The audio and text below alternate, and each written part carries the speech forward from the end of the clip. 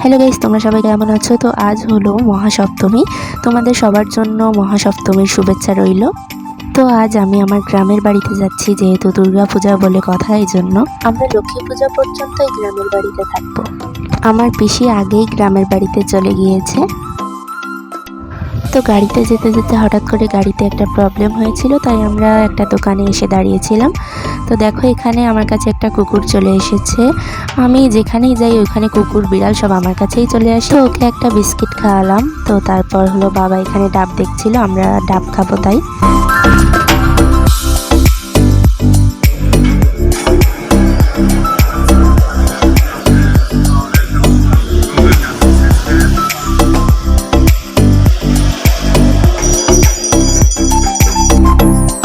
তো ডাবটা খাওয়ার পর আমি আশেপাশে একটু ভিডিও করছিলাম গাছপালা।